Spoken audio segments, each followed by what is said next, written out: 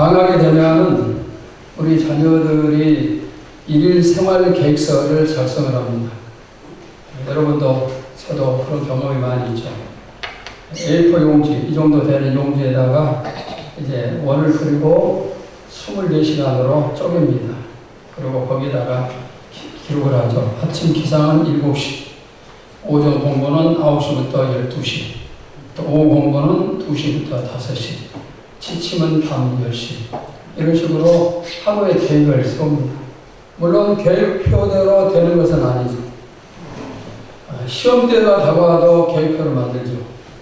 며칠 날은 영어 공부에 집중하고, 또 언제는 수학 공부를 하고, 이렇게 계획을 세우고 공부를 하죠. 어떤 학생이 공부를 잘할까요? 계획을 잘 세우고 그것을 실천하는 학생이에요. 제가 제 얘기를 좀 해보겠어요. 자랑을 좀 해야 되겠는데, 저는 학생 시절에 계획을 아주 잘 세웠어요. 어떻게 계획을 세웠는가 하면은, 초등학교 4학년 때부터 공부 계획을 제가 세웠어요. 제가 초등학교 1학년부터 4학년 여름방학 전까지는 시골에서 공부를 했어요. 그러다가 4학년 2학기 때 도시로 전학을 갔어요. 근데 시골에서는 제가 항상 학년에서 1등을 했는데 도시 가서 공부를 하니까 따라가기 힘든 거예요. 그래서 그다음부터 내가 어떻게 해서든지 따라잡아야겠다 생각하고 이제 계획표를 세웠어요. 계획표를 세워가지고 어떻게 해서 언제까지 이 과목 따라잡고 언제부터는 저 과목 따라잡고, 그렇게 해가지고 제가 4학년 2학기가 지날 쯤부터 계획표를 세웠어요. 그리고 그렇게 해서 이제 공부를 하는데 6학년이 되니까 제가 하여튼 공부를 제일 잘하는 그런 학생이 됐어요. 제가 또 대학 때도 좀 얘기를 해야 되겠는데, 대학 때는 4년 동안 매 학기 장학금을 타면서 공부를 했어요. 그리고 졸업할 때는 전교 수석 졸업을 했어요. 여러분 뭐 아는 사람 근데 우리 좋은 결과를 낼 수 있었던 것도 마찬가지로 철저하게 계획을 세우고 그 계획표대로 공부를 했어요. 옛날에는 나이가 드신 분들은 잘 아실 텐데, 옛날에는 가끔 밤에 정리가 안 돼요. 정전이 돼요. 그러면은 정전이 되면은 저는 어떻게 했는가 하면은 하늘에 달이 떠 있으면은 옥상에 올라가요. 교회에서 그때 저희 형님이 목회하고 있는 교회에서 생활을 했는데, 교회 옥상에 올라가서 달빛 아래서 공부를 해요. 거짓말 하는 게 아니고 진짜였어요. 달빛 아래서 옥상에 올라가서 달빛 보고 공부를 하는 거예요. 그렇게 해서 하여튼 정해진 분량을 항상 채워요. 그리고 이제 학교를 가기 위해서 버스를 타면은 타자마자 내릴 때까지 공부하는 거예요. 다른 사람들 뭐 하든 상관없이 공부를 하고, 올 때도 마찬가지고. 그리고 또 이제 가끔 한 번씩 대학에서는 휴관 시간, 수업에 교수들이 들어오지 않는 시간이 있어요. 그러면 그때 학생들 전부 다 조관하고 나가서 놀고 그러는데, 저는 교실에 앉아서 성경 보고 공부를 했어요. 그리고 시험 범위를 내주면 어떻게 공부하는가 하면은, 처음부터 끝까지 시험 그 과정 범위, 그 교과서를 전부로 외워버리는 거예요. 하여튼 지독하게 공부를 했어요. 그러니까 이제 매 학기마다 장학금을 타고 수석 졸업하고 그랬는데, 제가 왜 그렇게 공부를 열심히 했을까요? 너무너무 가난했어요. 너무너무 가난하니까 제가 대학을 다닐 수 있는 유일한 방법은 딱 한 가지밖에 없어요. 뭘까요? 장학금을 타는 거. 이걸 못하면은 다음 학기 등록을 못하고 학교를 못 다니고, 그렇게 되니까 하여튼 죽지 않은 사이로 그렇게 공부를 한 거예요. 뭐 헬라어나 히브리어 이런 것도 정말 어려워요, 공부하는. 근데 그것도 시험 범위 1과부터 뭐 5과 하면은 전부 다 그냥 본문을 외워버리는 거예요. 그렇게 해서 이제 학기마다 장학금 타고, 그리고 졸업도 이제 추석으로 졸업을 하고 그렇게 학교를 다녔어요. 하나님은 우리 모두에게 하루 24시간을 동일하게 주셔요. 이 하루의 시간을 어떻게 사용을 하는가? 여러분의 하루의 일과는 어떻습니까? 아침에 일어나서 출근하고, 직장에서 많은 시간을 보내고, 저녁에 퇴근하고, 그리고 밤에 잠을 자고, 그 그 다음에 또 다음날 일어나서 출근하고 대부분이 부실하겠죠. 그런데 하나님이 우리에게 주신 이 시간, 하루 24시간의 시간에 대해서도 하나님은 계산을 하세요. 그리고 그 계산 결과에 따라서 누구는 착하고 충성된 종, 또 누구는 악하고 게으른 종, 이렇게 이제 판단이 됩니다. 그러면 우리가 충성된 종, 착하고 충성된 종이 되기 위해서는 시간을 어떻게 사용해야 되는가? 이 시간 예수님의 하루의 일상을 살피면서 우리도 해답을 한번 찾아보기를 바랍니다. 예수님은 하루를 어떻게 보내셨는가? 성경에 기록된 말씀을 근거로 해서 예수님의 하루의 일과표, 계획표를 한번 작성을 해보겠습니다. 마가복음 1장을 보시면은 예수님의 하루의 일상이 다 기록되어 있어요. 자, 그 일상을 이제 자세히 살펴보면은 먼저 1장 21절 봅시다. 시작. 그들이 가버나움에 들어가니라. 예수께서 곧 안식일에 해당에 들어가 가르치시니. 안식일에 해당에 들어가셔서 가르치십니다. 그런데 해당에 들어가신 시간은 정확하게 나와 있지 않지만은 그러나 이른 아침의 시간이에요. 1장 전체를 살펴보면 아침임을 알 수가 있어요. 예수님의 일상이 이른 아침부터 시작이 되었다는 그런 뜻이고, 이것은 예수님의 부지런함을 알 수가 있어요. 우리의 삶도 부지런한 삶이 되기를 바랍니다. 아멘. 주님의 말씀 가운데 게으른 자에게 책망하시는 말씀이 많이 있어요. 한 달란트를 땅속에 묻어두고 장사하지 않았던 종에게 예수님이 뭐라고 말씀을 하셨는가? 마태복음 25장 26절 봅시다. 시작. 그 주인이 대답하여 이르되 악하고 게으른 종아, 나는 심지 않은 데서 거두고 해치지 않은 데서 모으는 줄로 내가 아느냐. 악하고 게으른 종아, 이렇게 말씀을 하세요. 그러면서 이 종에게 내리신 형벌이 있습니다. 마태복음 25장 30절입니다. 시작. 이 무익한 종을 바깥 어두운 데로 내쫓으라. 거기서 슬피 울며 이를 갈리라. 이 말씀이 악하고 게으른 자는 천국에 가지 못한다는 그런 뜻으로 들리죠. 우리 삶이 선해야 돼요. 그리고 부지런해야 됩니다. 그래야 천국에 갈 수가 있어요. 자, 그러면은 예수님이 해당에 들어가셔서 하신 일은 무엇인가? 마가복음 1장 21절을 다시 봅시다. 시작. 그들이 가버나움에 들어가니라. 예수께서 안식일에 해당에 들어가 가르치시네. 가르치시네 그랬어요. 하나님의 말씀을 가르치셨습니다. 여기 해당이라는 것은 지금 우리 성경과 비슷한 용도로 사용되는 건물이에요. 여기서 하나님의 말씀을 가르쳤어요. 그리고 이 주님의 말씀, 주님의 가르침은 권위가 있었어요. 서기관들과는 완전히 다른 가르침이었습니다. 하나님의 말씀이 바르게 가르칠 때 말씀의 권위가 생깁니다. 우리 교회와 이 시대 모든 교회에서 권위 있는 가르침이 많아지기를 우리가 기도를 해야 되겠습니다. 주님이 가르치실 때 해당 안에 귀신 들린 사람이 있었어요. 그가 예수님을 보고 소리를 칩니다. 자, 마가복음 1장 24절에서 26절입니다. 다 같이 시작. 나사렛 예수여, 우리가 당신과 무슨 상관이 있나이까? 우리를 멸하러 왔나이까? 나는 당신이 누구인 줄 아노니 하나님의 거룩한 자니이다. 예수께서 거두어 이르시되 잠잠하고 그 사람에게서 나라 하시니 더러운 귀신이 그 사람에게 경련을 일으키고 큰 소리를 지르며 나옵니다. 예수님께서 귀신을 쫓아내셨어요. 이 귀신을 쫓아내셨다는 것은 예수님이 영적인 권위를 가지신 분이심을 말씀을 하는 겁니다. 영적 세상도 주님이 다스리십니다. 사탄도 귀신도 주님의 손 안에 붙들려 있어요. 하늘도 땅도 주님의 지배 아래 있어요. 우주 만물을 주님이 다스리십니다. 그러니까 이 주님께 내 자신을 맡겨야 돼요. 주님, 나를 다스려 주시옵소서. 우리가 이렇게 나를 맡기고 기도를 해야 돼요. 저는 새벽에 기도할 때 항상 제가 주님 앞에 부르짖는 내용이 있어요. 그것은 뭐냐면은 시편 23편이에요. 여호와는 나의 목자시니 내게 부족함이 없으리로다. 그 23편 1절에서 마지막까지 항상 주님 앞에 이제 고백을 하면서 주님이 나의 목자심을 내가 스스로 그렇게 이제 주님 앞에 그렇게 고백을 하면서 내놓는 거죠. 주님이 나를 다스려 달라. 주님이 나를 인도해 달라. 이런 고백이 필요해요. 오늘 여러분의 삶 속에 혹시라도 귀신이 관여하는 부분이 있다고 생각되지는 않습니까? 귀신이 병을 주고 귀신이 축복을 받고 귀신이 가정의 평안을 깨뜨리고 귀신이 불평불만하게 하고 귀신이 예배를 못 드리게 하고 이런 것들이 있다면 어떻게 하면 될까요? 주님의 이름으로 물리치면 되겠죠. 그럴 때 악한 영들이 천리 밖으로 도망침을 믿습니다.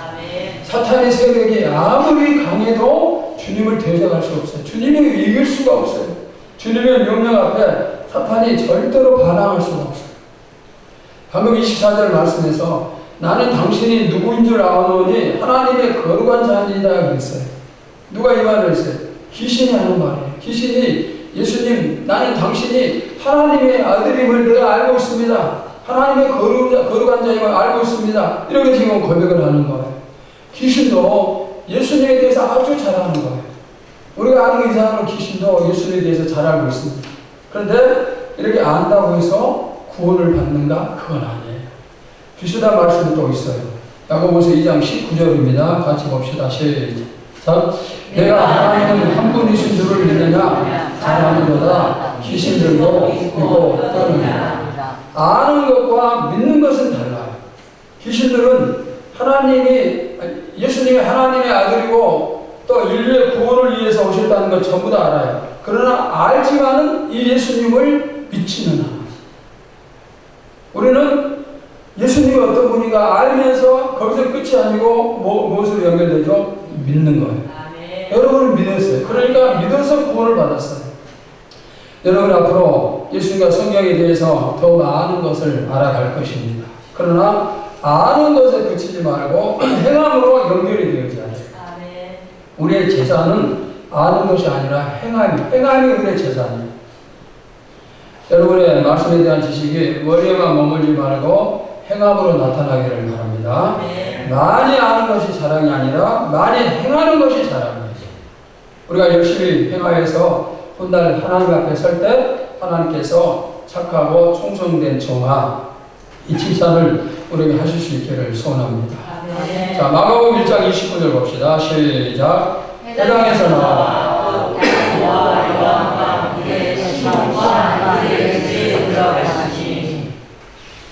해당에서 가르치시고 귀신을 쫓아내신 다음에 시몬의 집, 시몬은 베드로예요. 이 베드로의 집에 가셨는데, 근데 베드로의 집에 가시기 전에 예수님이 잠깐이라도 휴식을 취하셨을까? 지금 해당에서 가르치고 귀신을 쫓아내느라고 얼마나 힘들었겠어요. 그 다음에 조금 휴식이 필요한데, 그런데 휴식을 취하셨는가? 아니에요. 방금 말씀해 보시면 해당에서 나와 곧 그랬어요. 곧. 이 곧이라는 뜻이, 곧이라는 이 한 글자가 무슨 뜻이에요? 즉시, 바로. 즉시 베드로의 집에 가신 겁니다. 해당에서 가르치셨어요. 귀신들과 영적 싸움을 했습니다. 그러니까 주님에게는 너무너무 피곤하니까 휴식이 필요해요. 그러나 곧바로 베드로의 집으로 가셔요. 잠시도 쉴 틈이 없어요. 이런 모습이 죽도록 충성하는 모습이 되겠죠. 주님도 이렇게 죽도록 하나님을 하시면서 우리에게도 너희가 죽도록 충성하라 이렇게 말씀을 하시는 거예요. 자, 베드로의 집에 가서 무엇을 하시는가? 베드로의 장모가 열병에 걸려 누워 있었는데 일으켜 치료해 주십니다. 자, 마가복음 1장 31절입니다. 시작. 나아가사 그 손을 잡아 일으키시니 열병이 떠나고 여자가 그에게 수동됩니다. 해당에서 시간이 오전이었다면 베드로의 집에서 시간은 늦은 오후인 것 같아요. 그곳에서 일하시고 이제 저녁 식사를 해야 될 시간입니다. 방금 말씀에 베드로의 장모가 수종들었다고 그랬어요. 여자가 그들에게 수종되니라 그랬어요. 예수님과 제자들에게 지금 베드로의 장모가 수종을 드는데 수종을 들었다는 말은 식사를 드렸다는 그런 의미예요. 그런데 이 수종 든다는 이 단어를 어느 성경에 살피면은 계속해서 섬긴다는 의미가 있어요. 그러니까 예수님께 한 번 식사 드려가고 끝나는 게 아니라 그들도 계속 쉬지 않고 예수님을 섬기는 거예요. 꾸준한 성김이에요. 우리의 성김도 꾸준하기를 바랍니다. 교회에서 가장 좋은 일꾼이 누구일까요? 목회하는 목사님들이 자기 교회 성도들 가운데서 제일 좋아하는 성도들이 어떤 사람일까요? 꾸준한 사람이에요. 꾸준한 사람. 꾸준하게 예배드리고, 꾸준하게 봉사하고, 꾸준하게 기도하고, 꾸준하게 충성하고, 늘 항상 묵묵히 일하는 사람. 그분들이 교회에 큰 힘이 되죠. 신앙생활 하다 보면은 부딪히는 일들이 많아요. 늘 평안하고 문제가 생기지 않는다면 얼마나 좋겠어요. 그런데 우리의 인생은 뭐예요? 파도와 같아요. 그러니까 계속해서 부딪히고 출렁거릴 수밖에 없어요. 그러니까 여러 가지 문제가 생기고 신앙생활에도 문제가 생길 수밖에 없어요. 그런데 그럴지라도 어떻게 해야 되죠? 흔들리면 안 돼요. 그럴지라도 내가 지켜야 할 자리를 지켜요. 뿌리를 깊게 내린 나무는 태풍이 와도 무너지지 않고 자기 자리를 지켜요. 우리 신앙도 흔들리지 않는 신앙 되기를 바랍니다. 아멘. 여러분이 앉아있는 자리에 매주마다 앉아있어요. 그게 하나님이 기뻐하시는 모습입니다. 우리가 달리고 또 달리면은 언젠가는 천국에 도착을 할 것입니다. 근데 주님께서 우리를 맞아주시면서 큰 상을 주시려고 믿습니다.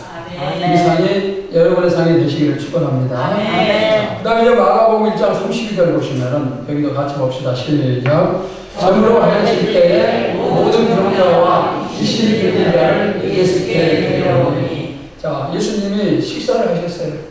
베드로의 집에 가서 장모를 고쳐주고 그 다음에 식사를 하고, 그리고 식사가 이제 끝났는데 시간이 저녁 시간이 됐어요. 이 저녁 시간은 이제 하루 종일 일하셨으니까 휴식을 취해야 될 그런 시간인데, 근데 예수님께 휴식이 없어요. 사람들이 모든 병자와 귀신 들린 사람들을 예수님께 데려와요. 예수님이 쉬셔야 되는 시간인데 사람들이 데려와요. 어떻게 쉴 수가 있겠어요? 조금 더 쉴 틈을 주지 않는 것이죠. 마가복음 1장 33절 보시면은 온 동네가 그 문 앞에 모였더라. 온 동네가. 마을의 모든 사람들이 베드로의 집 앞에 모였어요. 모든 병자들도 귀신 들린 사람들도 다 모였어요. 하나님의 능력이 나타나기 위해서는 먼저 모여야 돼요. 모이지 않으면 아무 소용없어요. 오늘 또 명절을 맞이해서 우리 성도들 고향을 찾고 그랬는데, 여러분들 전부 다 한 사람도 빠짐없이 고향에 가셨다 그러면은 제가 설교 준비해서도 설교 못하죠. 모여야 되겠죠. 초대교회는 날마다 모이기에 힘을 썼어요. 모여서 성경을 배우고 뜨겁게 기도하고 함께 먹고 마셨어요. 자기가 가진 것을 어려운 사람들과 함께 또 나누고. 몇 년 전에 코로나로 인해서 한국 모든 교회에 위기가 닥쳐왔어요. 어떤 위기였습니까? 모이지 않는 것, 모이지 못하는 것이었어요. 모이지 않으면서 교회를 떠난 사람들이 엄청 많았어요. 여러분 가운데도 이제 코로나 기간 동안에 예배 드리지 못한 사람들이 많이 있겠죠. 나이가 드신 분들은 코로나에 걸리면 위험하니까 그래서 교회를 못 나왔고, 또 젊은 부부들은 자녀들이 걸리면 위험하니까 그래서 교회에 나오지 못하고, 그러다 보니까 교회가 모든 교회들이 텅텅 비고 그랬어요. 지금까지도 안 나오고 그런 사람들이 교회마다 많겠죠. 우리 교회가 코로나 이전에 아주 무서울 정도로 부흥을 하던 그런 교회였는데 코로나 때문에 부흥이 멈췄고 지금도 그 영향이 있는 건 사실이에요.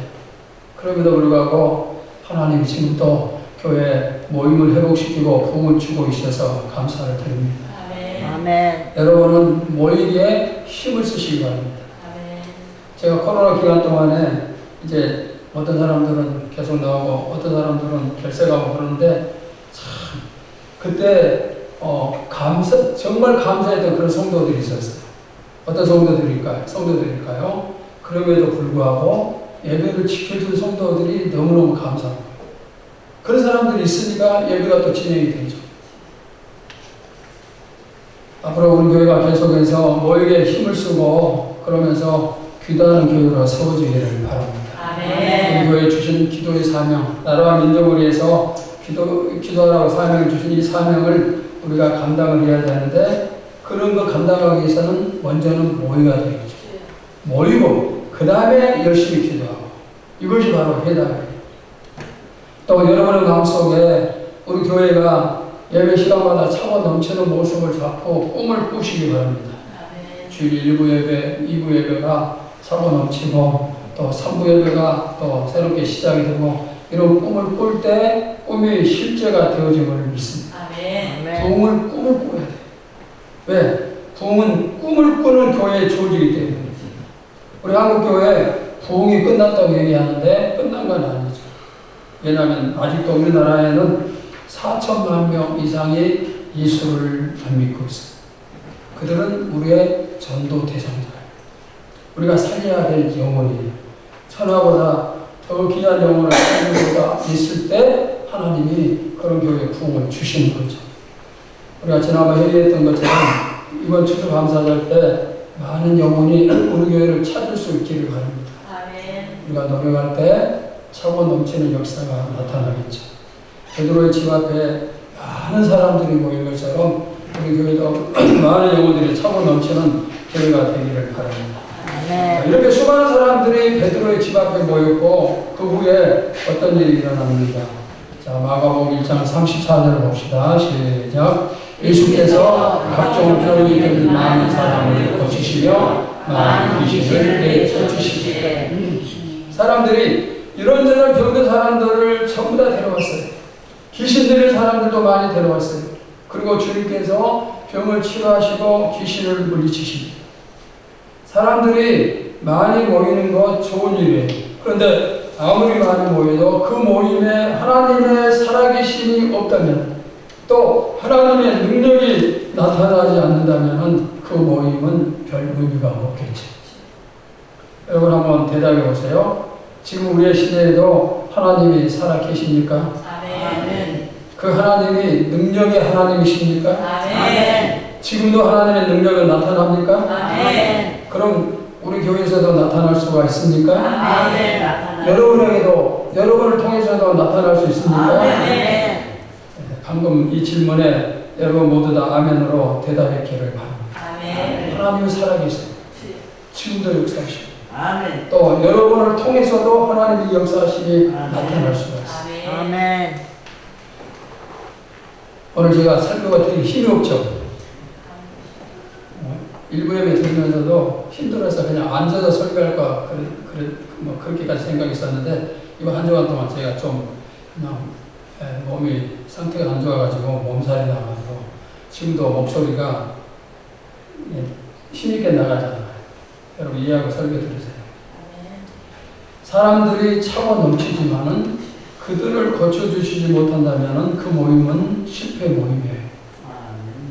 예수님이라 할지라도 그들을 치료하지 못하면 예수님도 실패하신 분이시죠. 그런데 예수님은 전부 다 치료하셨어요. 그러니까 또 소문을 듣고 더 많은 사람들이 모이는 거죠. 교회 부흥이 반드시 필요해요. 그러나 하나님의 살아계심과 하나님의 능력이 나타나지 않는 그런 부흥이라면 별 의미가 없어요. 사람만 많이 모이는 것 아무 소용이 없어요. 하나님의 집에 모이시면 하나님을 만나야 돼요. 근데 요즘에 보면은 사람은 많이 모이지만 하나님의 능력은 잘 나타나지 않는 그런 경우들이 많이 있어요. 경배와 찬양을 드리고 예배를 드리지만은 거기에 치유가 없어요. 주님의 치유하심이 없어요. 예수님은 다 치유해 주셨어요. 34절 말씀에 예수께서 각종 병이 든 많은 사람을 고치시며 이렇게 분명히 말씀하고 있어요. 이 말씀처럼 우리 교회도 치유가 나타나는 교회가 되기를 소원합니다. 아멘. 육체에 병든 사람, 그 다음에 영적으로 병든 사람, 그리고 삶에 가난한 사람들, 이들이 우리 교회 와서 소문을 듣고 우리 교회 와서 치료받는 그런 역사가 나타나는 교회. 우리가 이걸 꿈꿀 때 주님이 이루어 주심을 믿습니다. 아멘. 지금부터 2000년 전에 주님이 역사하셨다? 그러면 지금도 마찬가지로 당연히 나타나요. 아멘. 그리고 앞으로도 마찬가지죠. 아멘. 히브리서 13장 8절 우리 교회에서 자주 소개하는 말씀이죠. 예수 그리스도는 어제나 오늘이나 영원토록 동일하시니라. 저는 이 말씀을 믿습니다. 아멘. 그래서 저희 믿음은 지금도 주님의 치료의 능력이 나타남을 의심하지 않아요. 우리 교회에서 얼마든지 나타남을 믿는 것, 이것이 저의 믿음이에요. 여러분도 저와 같이 믿으시기 바랍니다. 아멘. 그렇다면 지금 내가 앓고 있는 질병이 무엇인가? 내가 무슨 병으로 고통을 당하고 있는가? 그 병이 무슨 병이든 다 치료됨을 믿으시기 바랍니다. 아멘. 예수님을 찾아온 모든 병든 사람들, 각종 병든 사람들이 다 나왔어요. 예수님이 우리의 질병을 짊어지셨어요. 예수님의 채찍에 맞음으로 우리가 나음을 입었어요. 치료를 받았습니다. 성경의 가르침이 여러분의 병든들이 치료받을 수가 있어요. 오늘 여러분이 치료받고 세상에 나가서 다른 사람들에게 예수님이 나 치료해 주셨다 이렇게 소개하고 또 그들을 주님께 초청을 하시기를 바랍니다. 아멘. 마가복음 1장 35절 봅시다. 시작. 새벽 아직도 밝기 전에 예수께서 일어나다가 한적한 곳으로 와서 거기서 기도하시더라. 예수님께서 밤새워 치료하시고 귀신을 쫓아내고 그리고 밤이 지나고 새벽이 되었습니다. 밤새도록 수많은 사람들과 씨름을 하시기 때문에 얼마나 힘들었겠어요. 병자들 치료하느라 기도하셨고 귀신들을 물리치느라 기도를 하셨어요. 얼마나 예수님이 피곤하실지 저는 짐작이 돼요. 병 고침을 위해 기도하는 것, 또 귀신을 쫓아내기 위해 기도하는 것 그냥 쉬워 보이나요? 육체적인 노동이 아니기 때문에 그냥 소리내서 기도만 하는 것이니까 별것 아닌 것처럼 생각되지만 그러나 그것은 영적인 전쟁이에요. 그냥 말하는 게 아니라 영적인 전쟁을 하는 겁니다. 사탄의 세력이 총동원돼서 기도를 방해하는 거예요. 그러니까 병 고치는 기도, 귀신을 쫓아내는 기도는 쉬운 그런 기도가 아니에요. 쉬운 싸움이 아니에요. 진이 다 빠지고 온몸의 힘이 다 빠지는 거예요. 여러분 근데 기도만 그런 게 아니고 설교 준비도 가만히 보면 전쟁이에요. 설교 한 편이 완성되기까지 얼마나 힘든지 모르죠. 여러분이 그냥 앉아서 듣고 오늘은 설교가 은혜가 너무나 없어 이렇게 판단하겠지만은 그런 설교도 영적 전투를 통해서 준비된 설교예요. 하여튼 은혜가 있든 은혜가 없든 모든 설교는 전부 다 영적 전투를 통해서 준비된 설교예요. 쉽게 되는 설교는 한 편도 없어요. 그러니까 설교 준비하는 것도 전쟁이고 그 다음에 여러분이 예배를 드리는 것도 마찬가지로 전쟁이에요. 아마 여러분 가운데 이런 사람도 있겠죠. 오늘 예배 참석하기 전에 오늘 예배 들으러 갈까 말까 명절이고 연휴고 가볼 때도 많고 그러는데 예배 오늘 빠지고 다른 데 갈까 이렇게 생각했던 사람도 분명히 있겠죠. 그런데 이기고 와서 영적 전투에서 이긴 거. 예배 드리는 것까지도 영적 전투예요. 거기서 승리해야 예배를 드릴 수가 있어요. 아멘. 이 전쟁은 어떤 거예요? 전쟁은 죽느냐 사느냐를 결정을 해요. 그래서 힘이 든 거예요. 모든 전쟁이. 예수님도 지금 밤새도록 영적 전투를 치르셨으니까 얼마나 힘들고 피곤하시겠어요. 저녁 시간 내내 밤새도록 내내 전쟁을 하셨어요. 그리고 이제는 쉬는 것밖에 더 이상 일할 수도 없고 쉬는 것뿐이죠. 그러면은 예수님이 밤을 새우시고 난 다음에 푹 쉬셨는가? 우리 앞에서 봤던 마가복음 1장 35절 말씀처럼 새벽 시간에 한적한 곳으로 가서 거기서 뭐 하셨어요? 기도하시다. 아멘. 밤새도록 일하고 새벽에 또 한적한 곳에 가서 새벽 기도를 하셨어요. 새벽 기도는 한국 교회에서 시작됐어요. 세계 최초로 새벽 기도회를 만든 게 한국 교회예요. 그러나 새벽 기도의 창시자는 예수님이에요. 예수님은 수시로 새벽 기도하셨어요. 안식일을 맞이해서 이른 아침부터 계속해서 일하시고 또 일하셨어요. 그리고 다음날 새벽이 되자 한적한 곳에 가셔서 새벽 기도를 하세요. 조금도 쉬지 않고 줄기차게 달리고 주무시지도 않고 쉬지도 않으면서 일을 하세요. 이것이 바로 예수님의 하루의 일과예요. 하루의 일과. 그 다음 날과도 또 똑같이 반복해요. 쉬지 않고 끊임없이 일하시는 주님의 모습. 이런 주님과 나를 비교해 볼 때 내 하루의 일과는 어떨까요? 또 나는 주일을 어떻게 보내고 있습니까? 예수님이 새벽을 사랑하신 것처럼 여러분도 새벽을 사랑하시기 바랍니다. 아멘. 지난 주일 예배 시간에 혹시 설교 제목 기억나는 사람 있어요? 지난 주일 난절의 설교 제목 기억나는 사람 있으면 한번 손 들어보세요. 기억나는 사람 있어요? 있으면 제가 큰 선물 하나 드릴게요. 우리 집에 큰 사과가 있는데 지난 시간 뭐예요? 설교 새벽에 하나님이 도우시고 새벽에 하나님이 도우시고 이런 제목으로 말씀을 전했어요.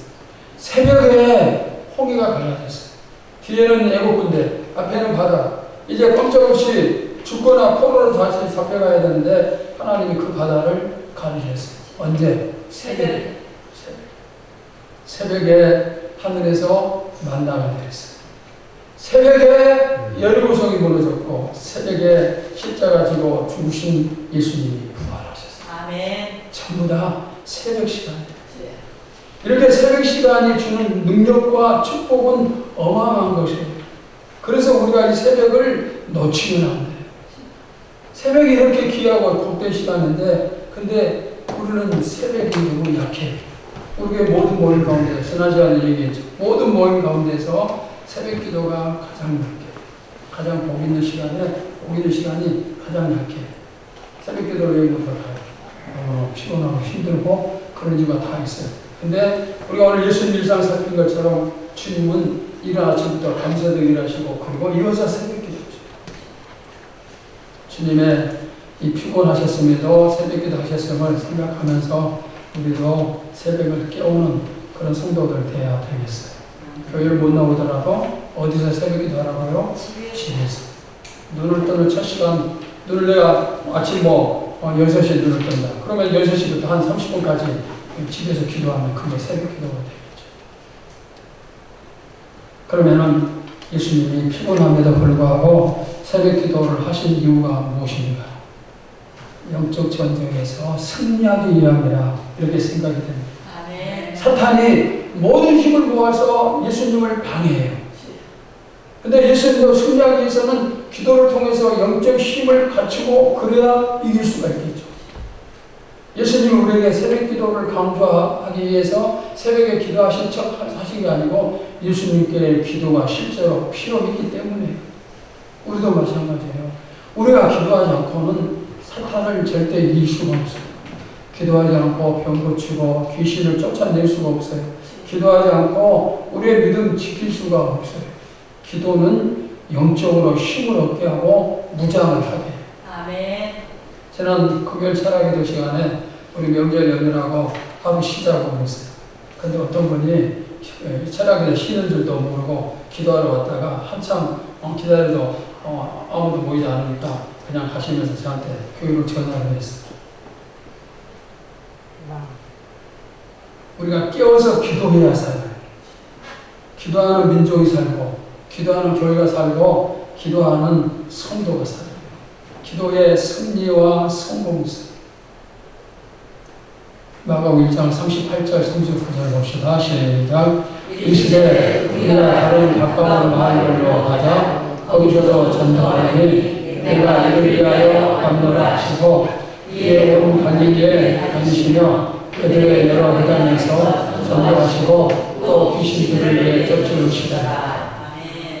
새벽 기도하신 후에 쉬지 않고 또 일을 하시는데 이제 어제 열심히 일하고 새벽까지 열심히 기도하고 그랬으면 이제부터 진짜 쉬어야 될 시간. 그런데 오늘 또 열심히 일해요. 다른 마을로 가서 전도를 하시고 거기서 이제 능력을 행하시고 여기 방금 말씀에 주님이 오신 목적이 무엇이라고 했습니까?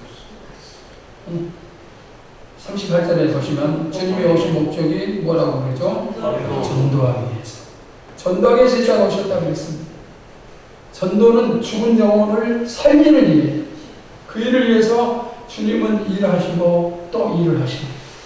이제 우리도 기도하고 또 복음을 전해요. 사랑하는 여러분, 이 시간 우리가 주님의 하루 일정을 살펴봤어요.